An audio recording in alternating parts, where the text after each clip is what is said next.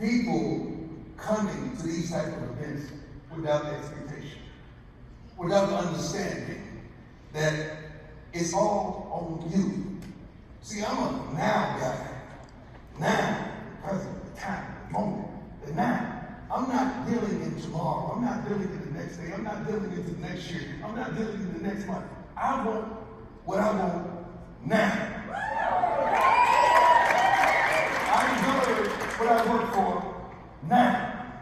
I deserve what I believe in, what I dreamed before now. Do I have any now people with me?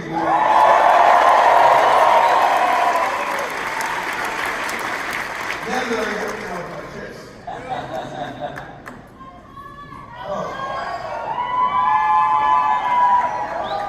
That's good.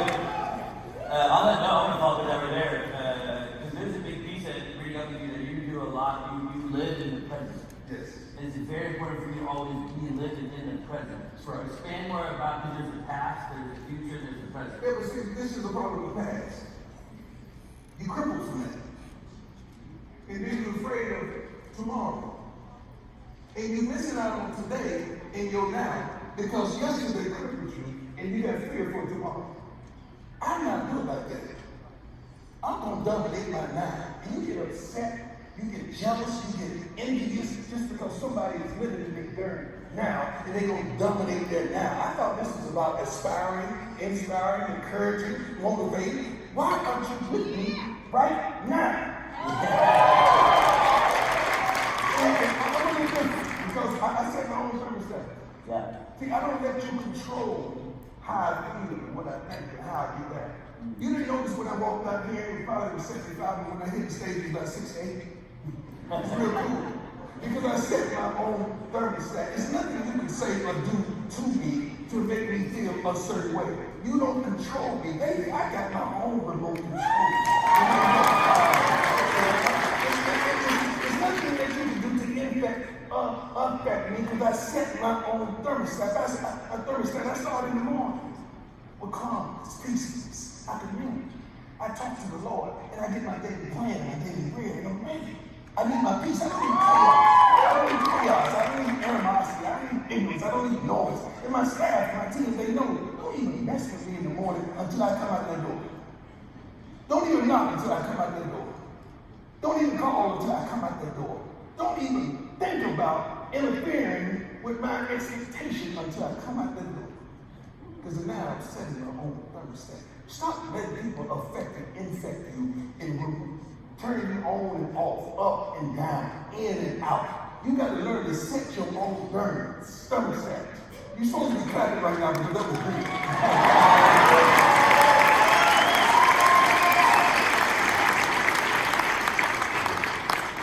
Next question, again, a little bit more with you right there. You're talking about a room for entrepreneurs and successful, how do you bring people? How important is it for you? You mentioned it there, but what level, maybe scale 1 to 10, how important is it for you to have a very personalized morning routine? I love routine. Like I'm a routine person. Like you got to establish a routine and you got to stick to your routine. But your routine has to fit you. You can't be my routine. I can't be no routine. Yeah. Your routine has to be routine. You got kids, you got to get your butt up in the earth. That's good. If you don't, get your butt up in the earth. But it's your routine, not my routine. You got to have consistency in life. Consistency always wins. Consistency sets you up for success. Aren't you consistent? I mean, you got to look at yourself in the mirror and be honest with yourself. You can lie to me, you can lie to her, you can lie to your boo, your man, your husband, your dog, whoever you want to lie to. But you got to have consistency. I can look in that mirror and know that I'm consistent. I'm consistent. I was in the office at 4:45 this morning, ready, just ready, working out, getting in the weight room, trying to keep my wrapping paper right.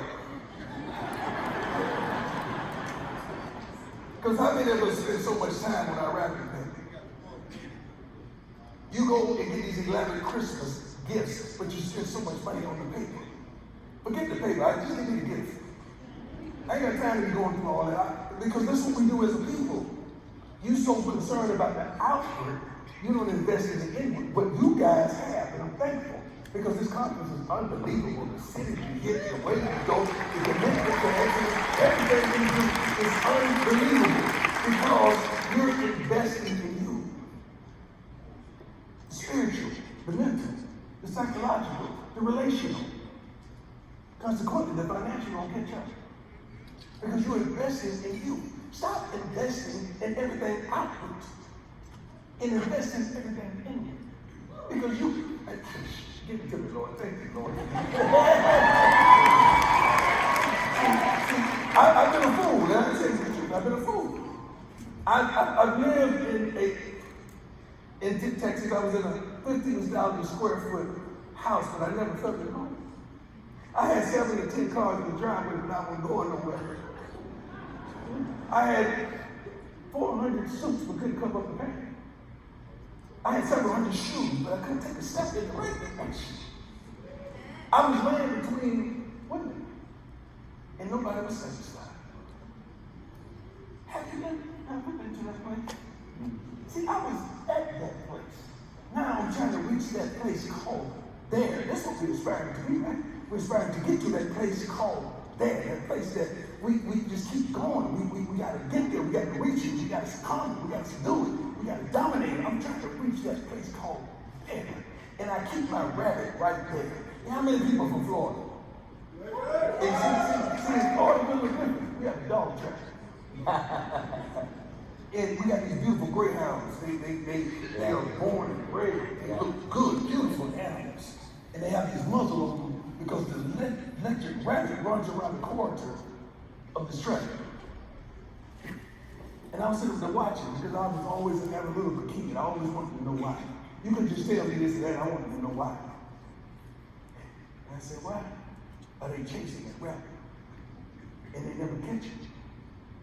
But that rabbit keeps on going. It's race after race after race, they chasing the rabbit. What's your rabbit? What gets you up with that alarm clock? What's your rabbit? What makes you go when you don't feel like it? What makes you yell when it's all calm and peace? What makes you want to go dominate this thing? What's your rabbit? See, me, my mama was my rabbit. God, my mama worked. She never saw me play in high school. And I was him before they even said anything about him. Football, I was all state. Basketball, I got drafted into the major leagues in basketball, I was all state. Football, I was all state. And baseball, I got drafted in the major leagues. She never saw me play either. So that explains my personality. Because some of you criticize me just because I have stepped to dance against your team. And I got this bravado, I got this thing about me, I got this thing about me that's electric. I got this thing about me that's a belief. I got this thing about me that makes it quiet. I got this thing that I'm so dirty clean, I'm dirty. I got this thing about me that attracts people, that makes insecure people jealous. But I don't care, because my confidence offends your insecurity. I'm gonna say that again to the folks in the back of the room. I'll be there. My confidence offends your insecurity.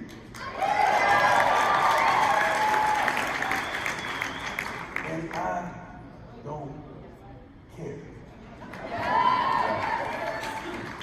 You gotta stop caring for the things that you can change. Stop concerning yourself with the things you can't affect or infect. You gotta stop just getting into the stuff that ain't blessing you, distressing you. You gotta stop the foolishness. If you I had a talk with my team today, and I said all of us have issues, right? Everybody here got issues, right? We think we all together, we rapped all good, but every one of us got an issue. I got several. But if we take our time with the word, say issue.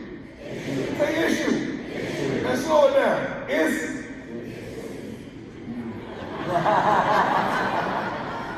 you. It's you. It ain't him. That's good. It's you. Let me ask you a question here. There's lots of things when I think about Dion that comes to mind. I don't care. That's good.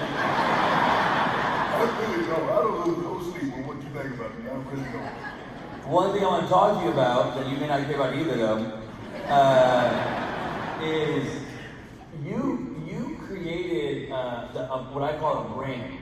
True. Back in the 80s and 90s, where there wasn't social media, there was, and I always ask myself, where would you be in life if social media existed? Right here on the stage. Same spot. Same spot. Same, you not further, not long. I don't make mistakes. I'm where I'm supposed to be.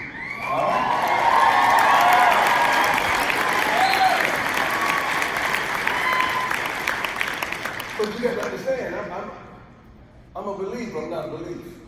And let me explain. I'm glad I pulled my phone out. A belief is what somebody told you negatively about yourself. It's the environment you grew up in and the circumstance you deal with. It's the family curses or trajectory. You got to get off the fence of beliefs. See, I'm a believer. I didn't give a damn what you said about me. I told myself, you know what, you gonna make it. I told myself, oh, you look fly, you look good on your mama and on your hood. I told myself that I don't give a darn what the family tree said, that you're gonna be a millionaire, you're gonna be a seven-figure type of hitter. That's how you gonna be, that's how you gonna get down. I told myself these things and y'all didn't believe me. Because you got offended by my darn natural odor. It's less confidence. When I was 7 years old, I told my mama, she was working 2 jobs and ends never met. But just so happened she was there and she was working, she was cooking. I remember the little raggedy stove that we had. We didn't have no microwave back then, that wasn't even thought of. And I said, Mom, you know what? 7 years old, I'm gonna be rich one day. I'm gonna make a lot of money. You ain't gonna never have to work another day in your life. My mama said, for real? Until they ain't gonna get the lawnmower, come cut the grass, boy. And I did. But she didn't believe it. She didn't understand. Because I studied every darn thing that I desired. So while you were sitting up there watching Sam and Son, I was watching a diabolical relationship between the father and the son. While you was just watching the Jeffersons, I was watching how George work ethic was impeccable and he moved up and he was never scared to say what he wanted to say. While you was watching Good Times, and I don't know why they call the show Good Times, but they never had a good time. I was watching James Evans, no matter it never worked out, ends never met, but he kept on going and he kept on doing what he needed to do. I was watching those shows and they had a lyrical type of way, saying one day, one day, one day. So, you know, the book that I love next to the Bible is The Little Engine That Could. See, I was on that train. When 3 other trains passed it by, and even allowed it to help, allowed it for help. And I've always said, I think I can. I think I can. But when you got mad at me when I said, I know I can. I know I can. And you really got frustrated with me when I said I did. I did. Then you really got angry with me when I said, now take the picture. Oh, that was a good job of you, man.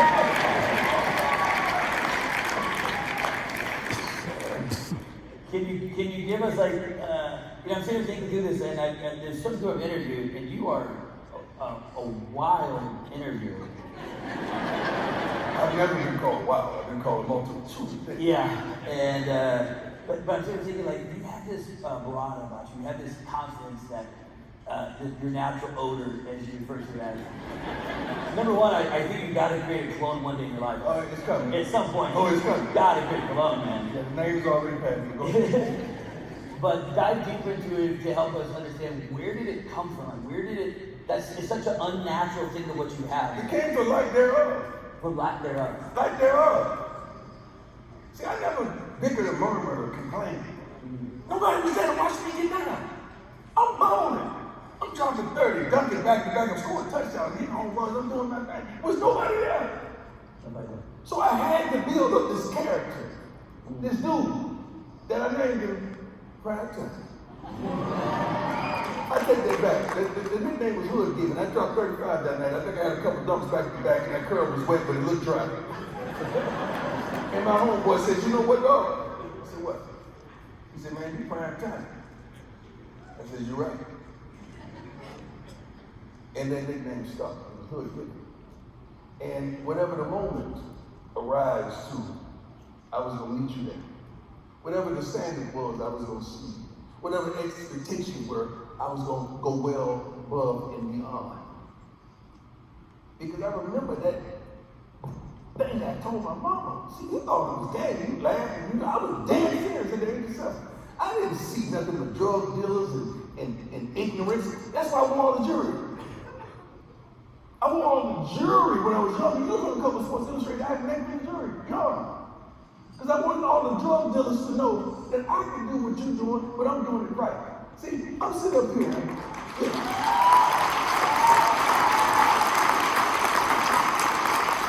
When you clap for that, you really like to clap right now. See, I'm sitting up here. You may not believe me, but I've never tasted alcohol in my life. You may not believe me. Hold on. You may not believe me, but I've never been high a day of my life. You may not believe me, but I started using profanity at the age of 19 at Florida State University. You may not believe me, but I love y'all. And I want each and every one of y'all to make it and go get it and to dominate the capability and to be rich and still be rich for time and consider.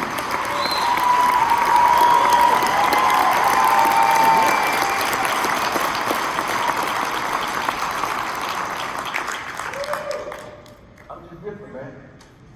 And I've always been that way. But I was not going to let the hood hold me down because I saw outside of that because this Caucasian gentleman came and got me watching me play ball in the hood. He said, I want you to play for my team across town. He came to the crib, very kind gentleman. It's amazing the lengths that God will go through when you got it. This man came to the hood and took me to the other side of town, like George Jefferson. and on weekends, I went to their homes after the games, and I saw long driveways, I saw swimming pools, tennis courts. I saw them pray and eat dinner together as a family. I had never experienced none of that. So I have not owned a home as a professional athlete without a long driveway. I've always prayed and ate with my kids, and I tried to sustain a family, but my selection process has been turbulent. I told you I got some stuff to me. I got some stuff. Shoot, I got some stuff to me. I'm walking down the aisle and know this ain't right. I'm not lying, to tell you the truth. But I dream out loud. See, a lot of y'all dream when you're asleep. I dream when I'm wide awake. I got to see it. Because if God shows it to me and I see it, I can go get it. Because he wouldn't show it to me unless he wanted me to see it. Yeah. So the fact that I've seen it, that means I can go dive a darn plan and I can go get it. I can plan my work, then I work my plan. Is anybody with me right now?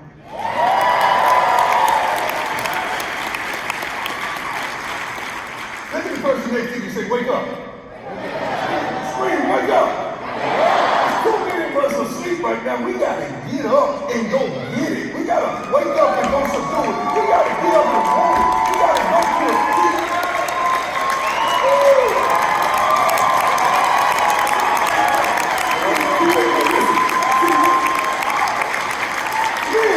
I want you with me right now. Pay attention to me right now. Everything that God gave us points forward. Our feet, our eyes, our hands, our ears. We walk with a certain speed. We can run with a certain speed. There was nothing created about us to go backwards. Why are you even progressing? Why are you moving forward? Why aren't you going to get it? Why are you not dominating? Why are you not winning? What's wrong, fellas? Even when we get excited, all the women caught that and the men did. And God created us to go forward. Why are we idle? The only reason we're idle is to let the enemy get a good shot at you. I'm not a hunter, but I love land. I love property. I live on hundreds of acres in Texas, but this is home.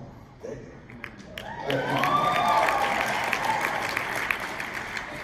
We got a rampage of hogs in Texas. I don't shoot, I don't kill, but I really don't. It's not in me. I fish my butt off, but I don't kill. But a hunter tells me that when the deer or the hog is still, that's when you get your best shot. Why y'all ain't moving? Why you going to work? Why are you idle? Because that's what the enemy wants you to do. Sit still so he can get a shot at you and impregnate your mind with foolishness, turbulence, and mess that causes you stress. Don't get mad at me because I'm steady moving. I'm steady making it happen. I'm steady going. I'm steady blessing folks. I'm steady encouraging folks. I'm steady motivating folks. I'm steady telling you how you can go get this thing. I got a book. I wrote a book, and it's on the New York Times bestseller. And you got it on passage.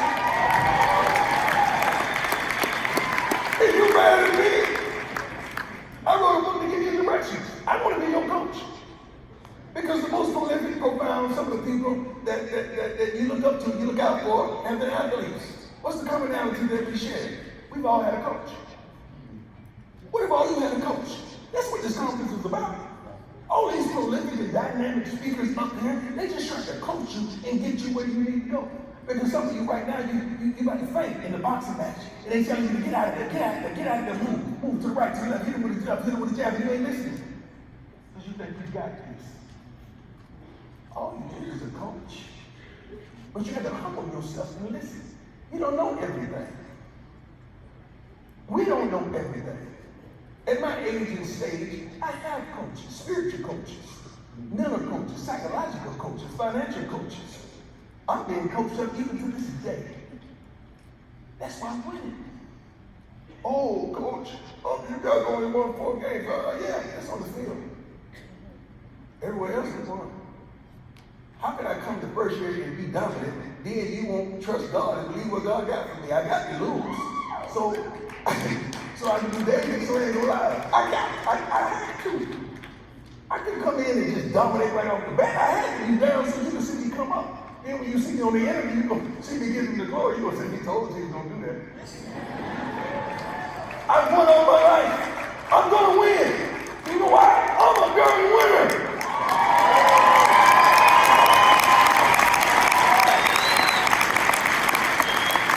You should have brought me here today. Y'all should have brought me here today because I'm ready. I'm ready. Take over the Broncos. He talking about my son, he ain't talking about me. Tell me this, a lot of people here have children like yourself. How do you take what you created and built and the confidence and so forth, how did you help transfer that to your Like that. It's a great question. I got to deal with my kids. I didn't cut the deal as a friend, I cut the deal as a father. First of all, stop trying to be kids' friends. Let's just get this straight. I'm old school, not old fool. I'm a father. I told them, you don't have to be the best. At an early age, you don't have to be the best on the team. But you don't give me your best. That's how I do it. And one thing about me, I'm always on my feet up. I'm not coaching and at home and going through hell about a relationship. I'm not in a relationship trying to go out and take my old lady to dinner, but I'm thinking about the game. I'm wherever my feet are. I'm here, baby. Everything about me right now is here in the present. See, you're missing it because you're at work, but you're at home. Yeah. And you're at home, you're at work. And you taking the trials and tribulations with you, and you can't be your best, you can't exalt your best, you can't think. I need a clear head, I need a clear mind. I don't need foolishness in my mind because I'm a thinker. I'm a thinker. Most of my speeches, most of the things I talk about is in my head. I gotta think. If I got ignorance in adolescence, I can't think. And I can't make it happen. I need to think. Every now and then I put something on this so I can articulate what God gave me to give you. Because He gave me right for you. But I'm a thinker. But I want my kids to be the best that they can be. And I understood at an early age they watched me. Their mannerisms are my mannerisms. Their thought processes are my thought processes. Their ways, their intellect, their intelligence, their dialect are of mine. Sometimes you see us walking before the game to the end zone and back. We've been doing that since we were football.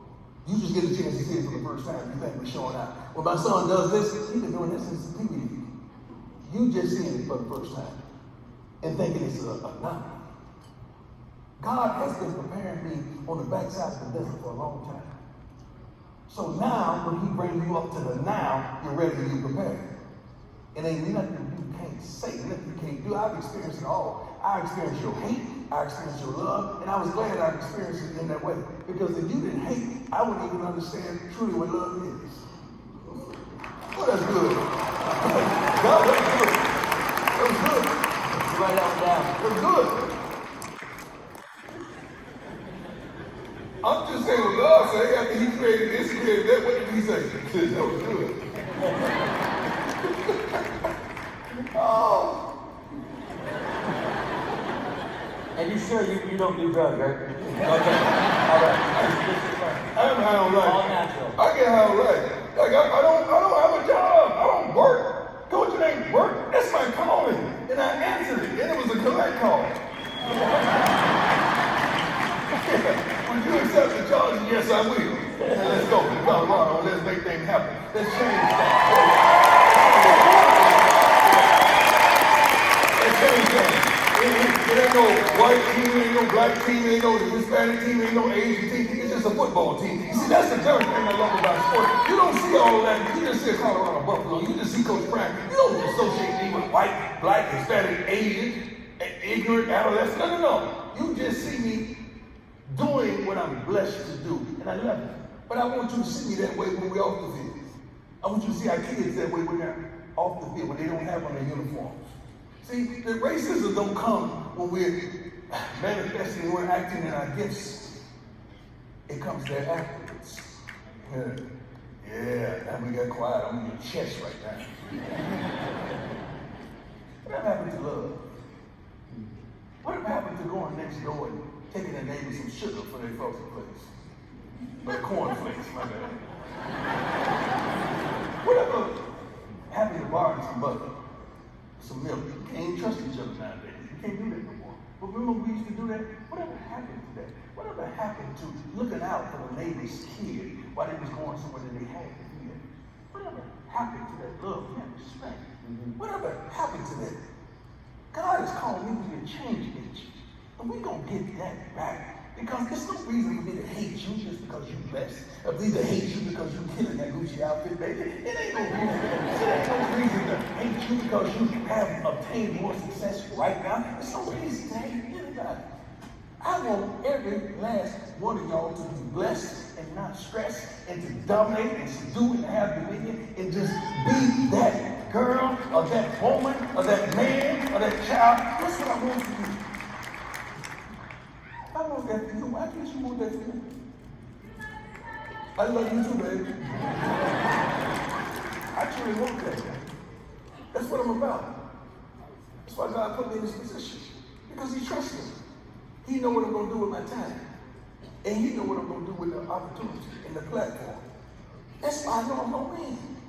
Because he trusts me. Now, that thing that you're praying about, that thing that you talk about when nobody's there, that thing that you are troubled about, if God give it to you, can he trust you with it?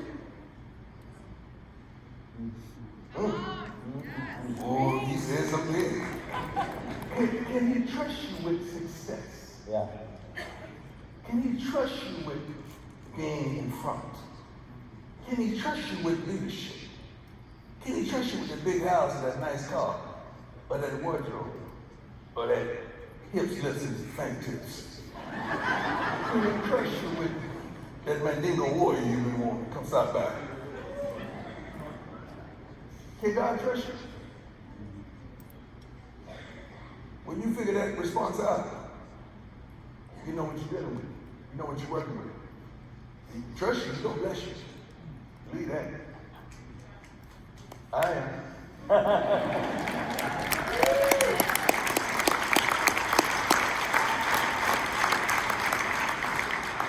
Think about whether it be a football team, personal life.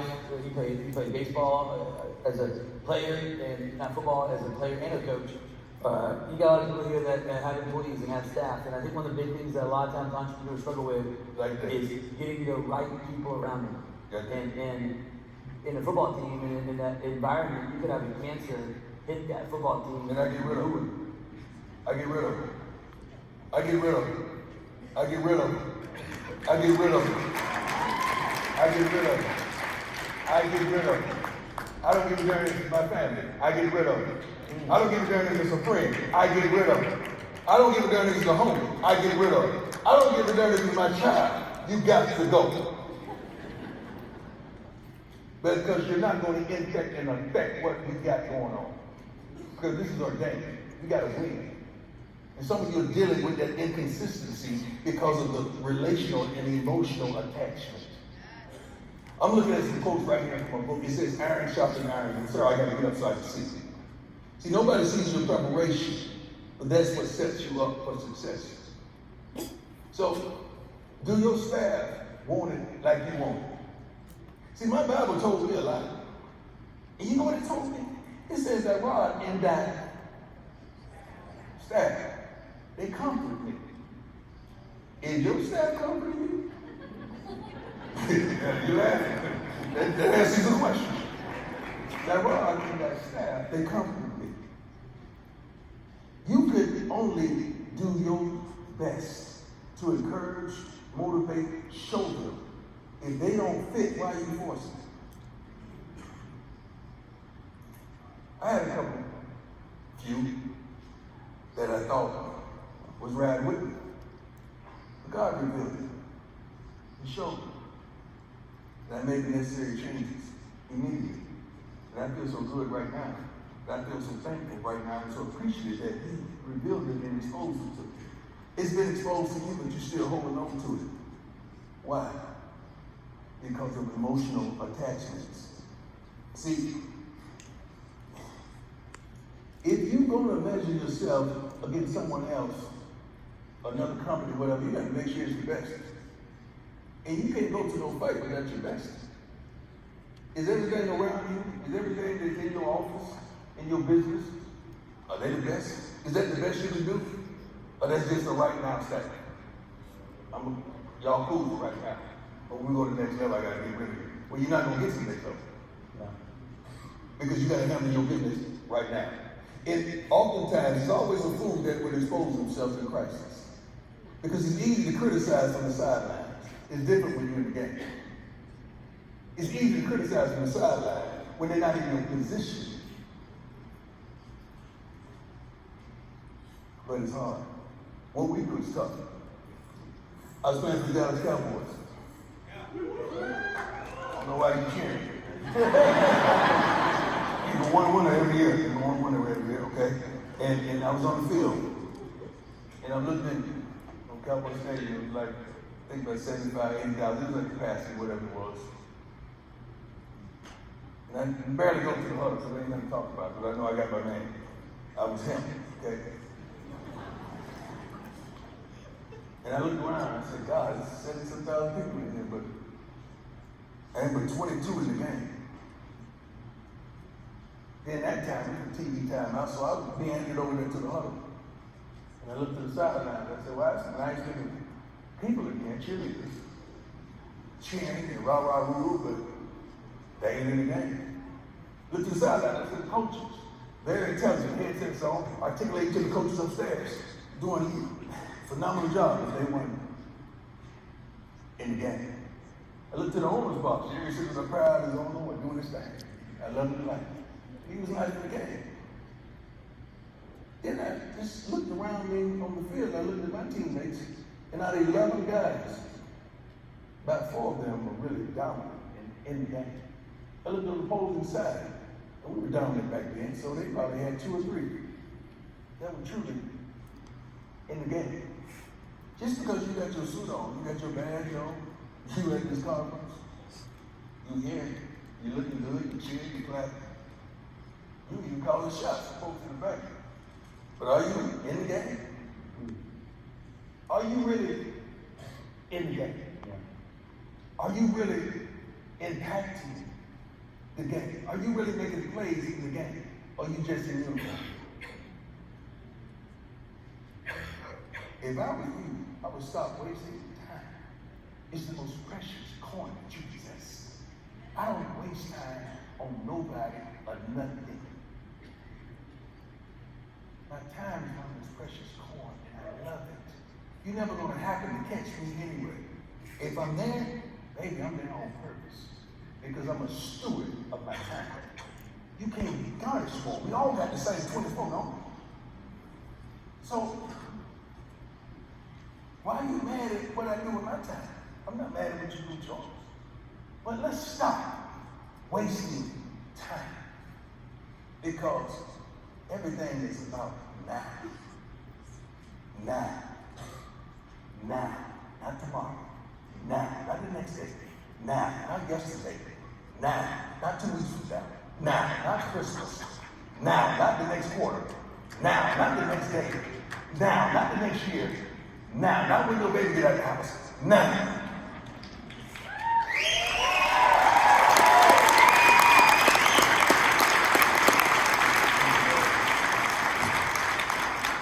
Yeah, we're coming to the... I don't know what that was about, but what was that about?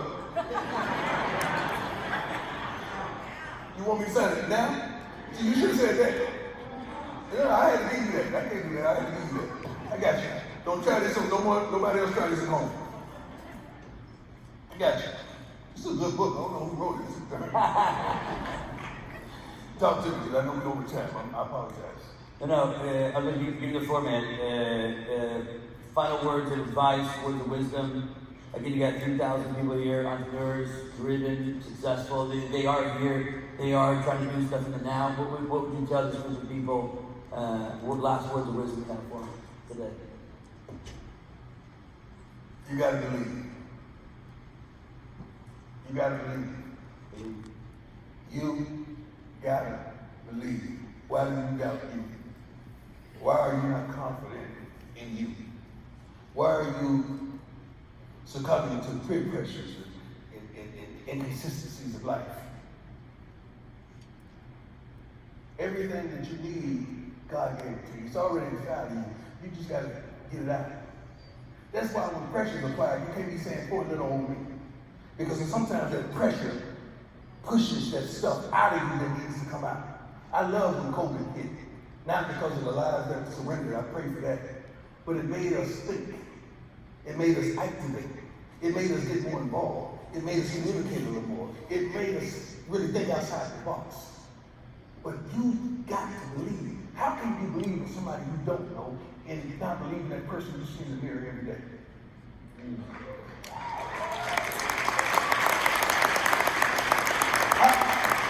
How can you repeatedly clap for me and I appreciate you, but you don't even clap for yourself or those people closest to you? How is that even a thought process that you don't believe? You've gone through hell, you've gone through high water, you've gone through ups, you've gone through downs, you've gone through success, you've gone through shortcomings, you've gone through deaths, you've gone through trials, you've gone through tribulations, and you're still here. How can you not believe in you?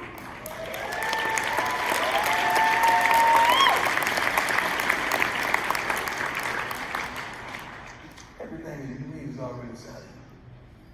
And I'm thankful and appreciative that we have a body of men and women that are consummating these wonderful conferences to just fill you up and feed you. Because you need coaches in your life. You need nutrition. You need substance. You need stability in your life, and you need it now. But none of this is going to affect and infect you unless you believe. I'm not going to sit up here and I'm perspiring a little bit. I never sweat. For you to take this information and not use it, and not utilize it. It's been some wonderful men and women up here, right? It's conferences up there. How many of these that you do? One every month. One every month. That's unbelievable. You know the workforce behind this to make this happen? So don't take this stuff for granted. This is your fuel, baby. This is your navigational system. I'm waiting for them to make a navigation system with my voice. And you know darn well I said left. You know we're going to be late. Didn't I say now? Straight up. You got to believe. It's not nothing I'm involved in that I don't believe. Any company that I'm involved with, any endorsement that I obtain, I believe in everything I do, or I don't do it. You got to believe. Like I believe and I know we're gonna win. I know that because I'm a winner. Do you know you're gonna win? Yeah. That's what everybody. Let's lie. Do you know you're gonna win? Do you know you're gonna dominate? Do you know you're gonna do your thing? Well, if you know that, what we waiting on? Let's do it now. All right? God bless you.